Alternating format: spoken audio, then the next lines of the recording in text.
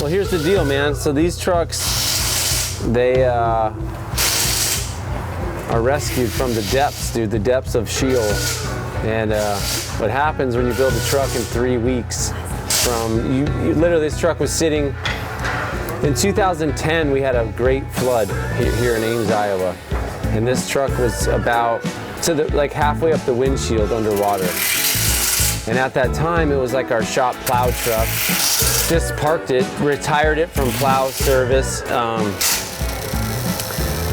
then it's just always been on my mind. Every time we walk back there, we see the Shenandoah Special, and we're just like, man, we got to get that thing running. And I've wanted a wheeler. I rolled my wheeler catastrophically back in 2006, and I just parted it out at that point. So, yeah, this is the dream, man. Getting this thing back on the road. 3 weeks, built it out. This is all par for the course, man. You get little problems, little troubles here and there. How many miles on it? About 3. I basically drove it to my house to go pack my stuff, and the clutch isn't working that well. But that's fine. You can just power shift it, you know. We are currently 2 hours behind schedule. So we're doing good. We're doing great. This is really great. Right now I am putting vent lines on my gas tank so that the vapors go where they're supposed to and not into my truck where I'm breathing. It makes it nicer. What are you looking forward to the most for this trip? Right now, I'm really looking forward to sleeping tonight, but that's just because we kind of pulled a late night last night working on the trucks. Getting ready for this trip? Yeah, dude. We built Sean's truck in a very, very short amount of time, and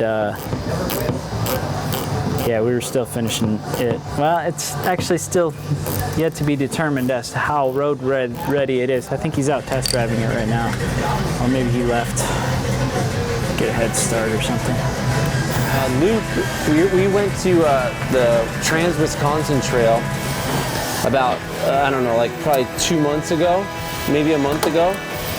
And we took Luke's Terrible, and his rear axle blew up because he made the fatal error of welding his diff. So the weld broke loose essentially, released a bunch of metal fragments into the differential. Rear axle blew up in Wisconsin. We tried to find another one, could not. So we just basically took the ring gear off and ran it in front wheel drive for about 500 miles, and it was amazing. So if you ever break a rear axle, you can drive in front wheel drive quite well in a stock height Scout. If he had a lift, it would have been a little different, but. So he just did his rear axle and he had some bearing problems. Ben in the claw, he had some just long overdue maintenance. His body bushings were basically non-existent, so we decided to do some body bushings. The Fritz pit's got a major renovation since the last Terribles trip. So yeah, man, we're just cranking. Yeah, this is for the people that want to work on their own junk. I'm making the passenger side wheelbase. Okay. Yeah, real sturdy and strong, you know, to keep everybody safe when this thing, you know, it's got to stay connected so that when the truck goes tumbling, everybody stays alive. So we're leaving here in theory around 3 p.m. Most likely closer to 10 or 11 p.m. And then we'll head to Insane Cliffs of Insanity, something like that. Yeah. Head to a little off-road park, do a little camping, and then start beating up the trucks tomorrow. Cliffs Insane? I don't know if you ever camped in a rooftop tent before, but we have a couple of rooftop tents. Really excited about this new high tents Jalama or Halama. I gotta check that out. Yeah, man, it's just a nice premium. We've used other rooftop tents, but not really one like this grade. More like kind of expedition overland grade, high quality. So super stoked. We'll get this baby mounted up, man. Follow some instructions. Should be easy to mount, easy to use, and I can't wait. This will be going on my truck, so I'm pretty excited to sleep in it. Mount it up. Mount it up. I'm adding some axle breathers under the truck here for all of our deep water crossings that we might encounter on the road. Hopefully off-road, not flooded roads, but keep the axles nice and dry. Today is, what is today? Today's Tuesday. When do we leave? Tomorrow sometime.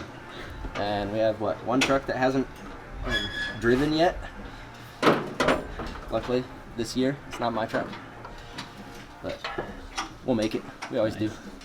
And we build beautiful new technology trucks, but this is our roots, you know, this is how we all got us started, wrenching in our backyards and as kids, you know, and so it's really fun to get back into that kind of simple time, you know, and the modern man is getting soft, you know, and so no offense to you modern men. So we got to be able to use our skills, man. We got to be able to fix stuff, and you don't have to, I guess, anymore, but it's good to be able to fix things, keep things going, kind of the old school way. And just the simplicity of, you know, of bygone eras where people would just, you know, hit the road, and you don't need a bunch of technology and that sort of stuff to have fun. Yeah, just kind of a simple, I'll make this work, I'll have a great time, be self-sufficient sort of a, jeez, sort of a trip, you know, like where we're just showing that it can still be done. This is my buddy. He's not going on the trip. What the heck? Why? I'm so sad right now, man. Dude, I got one more project, bro. I'm just kidding. Ooh, we got breakfast 3 times and dinner 1 time. And it all includes eggs. A lot of them. Yep. That's it. Eggs every day. Yeah. I'm good. Does anyone need a mattress pad? Like an air pad? Andrew, looking at you. I would have stopped running, and then I wouldn't have noticed until my motor started going. And then we would have stopped beside the road and picked it.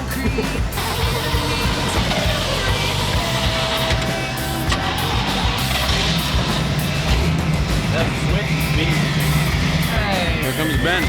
We're gonna do what they say can't be done.